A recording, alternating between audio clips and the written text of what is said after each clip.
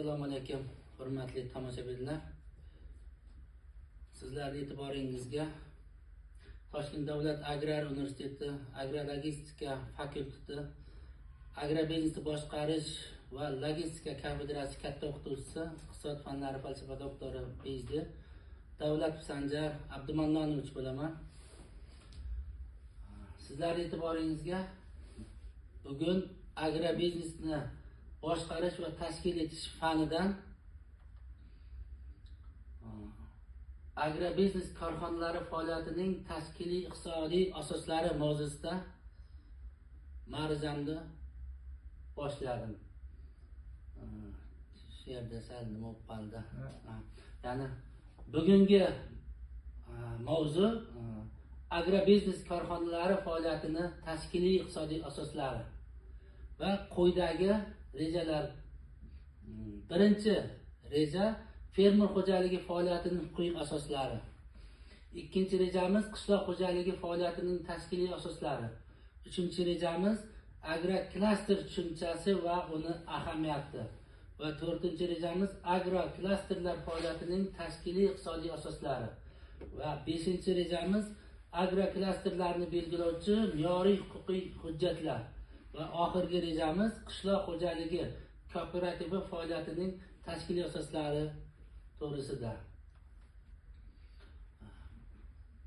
Biz birinchi rejamiz bo'yicha fermer xo'jaligi faoliyatining tashkil etishning rivojlantirish va boshqarish asoslari rejasi. Ya'ni fermer xo'jaligi bu ijaraga berilgan yer uchastkalaridan foydalangan holda qishloq xo'jaligi mahsulotlarini yetishtirish hamda qonun hujjatlarida taqiqlanmagan boshqa faoliyat turlari bilan shug'ullanuvchi tadbirkorlik subyekti hisoblanadi. Ya'ni buni qisqa qilib aytadigan bo'lsak, fermer xo'jaligiga ta'rif berganda o'z yeriga ega bo'lgan, qishloq xo'jaligi mahsulotlarini yetishtiradigan, yuridik maqomga ega bo'lgan va mustaqil ish yurituvchi subyekt deb atasa ham bo'ladi. Ya'ni fermer xo'jaligi tuman, shahar hokimligida davlat ro'yxatidan o'tkazilgan paytdan boshlab yuridik shaxs maqomini oladi va o'z nomidan shartnomalar tuzish va mulkiy tusda bo'lmagan huquq va majburiyatlarga ega bo'lish, shuningdek bank muassasalarida hisob raqami ochish, muhr, stamp va boshqa rekvizitlarga ega bo'lish huquqini oladi. Sudda da'vogar va javobgar bo'lishi mumkin. Ya'ni fermer xo'jaligi bu tovar, qishloq xo'jaligi mahsulotlarini yetishtirish yo'li bilan daromad, foyda olish, o'zining ijtimoiy va iqtisodiy ehtiyojlarini qondirish fermer xo'jaligining maqsadi hisoblanadi. Fermer xo'jaligi faoliyati sohasidagi vazifalari quyidagilardan iborat. Ya'ni bir nechta vazifalarni ko'rib o'tamiz. Birinchidan, ajratilgan yer va suv resurslaridan oqilona va maqsadli foydalanishni ta'minlash zarur. To'proq unumdorligini saqlash va oshirish hamda yerlarni muhofaza qilishdan iborat. Mustaqil ravishda qishloq xo'jaligi mahsulotlarini yetishtirish, ularni qayta ishlash va sotish, shuningdek xizmatlar ko'rsatish. Keyingi slaydda qishloq xo'jaligi mahsulotlarini yetishtirish, qishloq xo'jaligi mahsulotlarini qayta ishlash va saqlash. Shuningdek, bozorlarda shu jumladan o'z savdo shoxobchalarini orqali sotish, tijorat faoliyati va marketing tadqiqotlarini tashkil qilish, yuridik va jismoniy shaxslarga pulli xizmatlar ko'rsatish, tashqi iqtisodiy faoliyatni amalga oshirish shular jumlasidandir. Dehqonchilik mahsulotini yetishtirishga ixtisoslashgan fermer xo'jaliklari ijaraga beriladigan yer uchastkalarining eng kam o'lchamlari, ya'ni paxtachilik va g'allachilik uchun kamida 30 gektarni, g'allachilik va sabzavotchilik uchun kamida 10 gektarni tashkil etadi. Ijaraga beriladigan yer uchastkalarining eng kam o'lchami bog'dorchilik va uzumchilik, sabzavotchilik va boshqa ekinlar yetishtirish uchun kamida 1 gektarni, ko'pi bilan 5 gektarni tashkil etadi. Respublikamizda faoliyat ko'rsatayotgan fermer xo'jaliklari to'g'risida mana bu jadvalimizda ko'rishingiz mumkin. Bu yerda hududlar kesimida, ya'ni viloyatlar kesimida ko'rsatilgan. Bu 2021-yildan 2025-yilgacha va hozirgi kunga kelib 91.752 ta fermer xo'jaliklari faoliyat ko'rsatyapti deyishimiz mumkin. Bulardan asosan dehqonchilik va chorvachilik, ovchilik va shu sohalarda xizmat ko'rsatish 88.598 tani, baliq ovlash va akvakulturada 3.108, o'rmonchilik va yog'och tayyorlashda 55 ta, shular jumlasidandir. Endi keyingi rejamiz bo'yicha dehqon xo'jaligi faoliyatini tashkil etish va rivojlantirish asoslari bo'yicha davom etamiz. Dehqon xo'jaligiga to'xtalib o'tadigan bo'lsak, bu oilaviy mayda tovar xo'jaligi bo'lib, oila a'zolarining shaxsiy mehnati asosida meros qilib qoldiriladigan umrbod egalik qilish uchun oila boshlig'iga beriladigan tomorqa yer uchastkasiga qishloq xo'jaligi mahsuloti yetishtiriladi va realizatsiya qilinadi.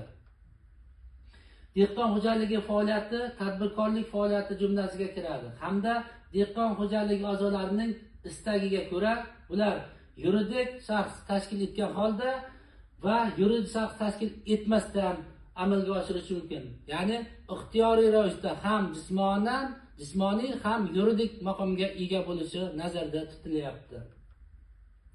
Dehqon xo'jaligi boshlig'ini davlat ro'yxatiga olish, dehqon xo'jaligi boshlig'ining doimiy yashash joyidagi tuman hokimligiga bergan tomonidan arizasiga binoan berilgan paytdan e'tiboran 3 kun ichida amalga oshiriladi. Yetishtirilgan qishloq xo'jaligi mahsulotlarining xo'jaliklar toifalari bo'yicha taqsimlanishi, ya'ni 2024-yilda fermer xo'jaliklari, dehqon va tomorqa xo'jaliklari va qishloq xo'jaligi faoliyatini amalga oshiruvchi boshqa tashkilotlarni mana bu grafikda ko'rishimiz mumkin. Ya'ni fermer xo'jaliklari hissasiga 29.7% to'g'ri kelmoqda.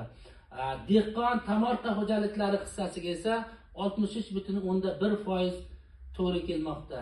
Ya'ni qishloq xo'jaligi faoliyatini amalga oshiruvchi tashkilotlar 7.2% to'g'ri kelmoqda. Donli ekinlar. Respublikamizda yetishtirilayotgan donli ekinlar 1000 tonna, ya'ni birlikda fermer xo'jaliklari, ya'ni bu yerda jami fermer xo'jaliklari 8855.2. Bu yerda fermer xo'jaliklari va ikkinchi dehqon va tomorqa xo'jaliklari hissasiga va uchinchi qishloq xo'jaligi faoliyatini amalga oshiruvchi tashkilotlar hissasiga to'g'ri kelmoqda.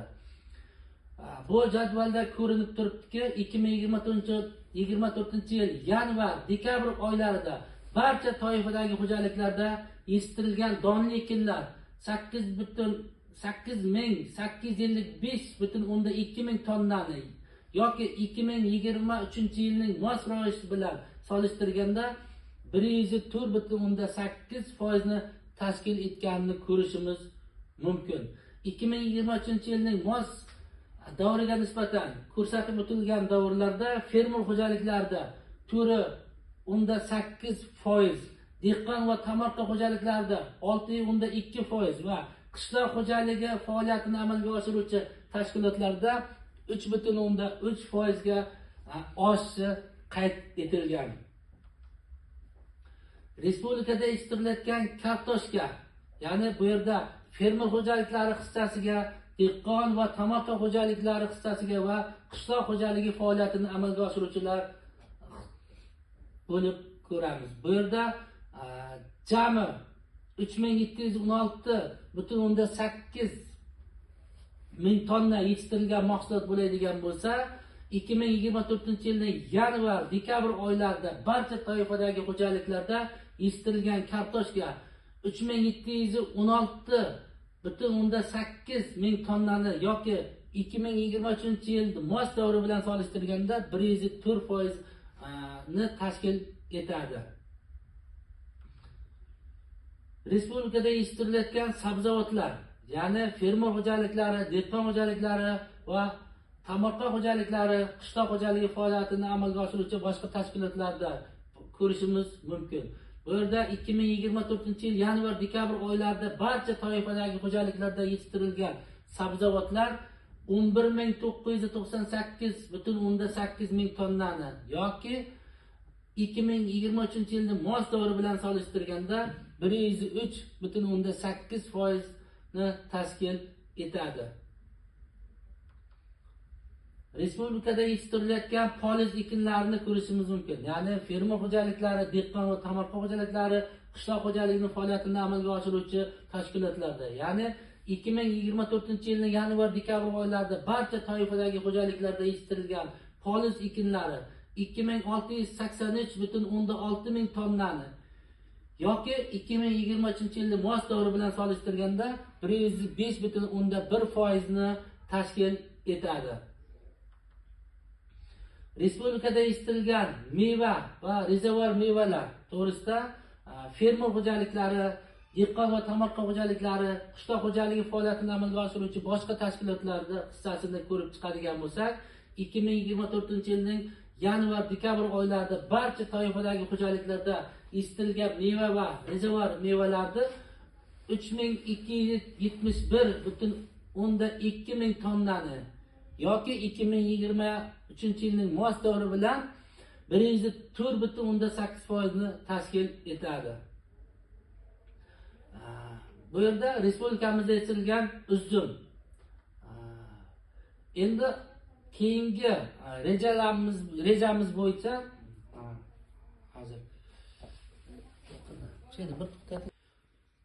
keyingi rejamiz bo'yicha, ya'ni tomorqa xo'jaligi to'g'risida, ya'ni shaxsiy tomorqa yer uchastkalarida qishloq xo'jaligi mahsulotlarini ham erkin savdo uchun ham, oila ehtiyojlari uchun ham yetishtirish, qayta ishlash bilan bog'liq mehnat faoliyatidir. Qishloq xo'jaligi faoliyatini amalga oshiruvchi tashkilotlar, qishloq xo'jaligi mahsulotlarini yetishtiruvchi, qishloq xo'jaligini ishlab chiqarishga xizmat qiluvchi, xo'jalik yuritish jarayonida yerga hamda boshqa ishlab chiqarish mulklariga egalik qiluvchi yuridik shaxsga ega xo'jalik yurituvchi subyekt hisoblanadi. Klaster, ya'ni klaster to'g'risida to'xtalib o'tamiz.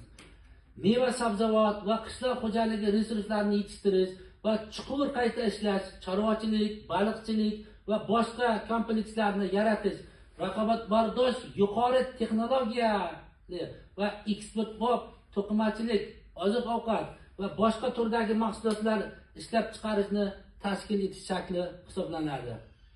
Ya'ni bu yerda klasterlarning tarkibini, korxonalar soni 2025-yil yanvar holatida ko'rishimiz mumkin. Barcha viloyatlar misolida.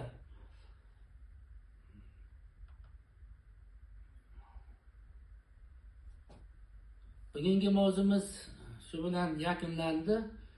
Keyingi darslarda ko'rishguncha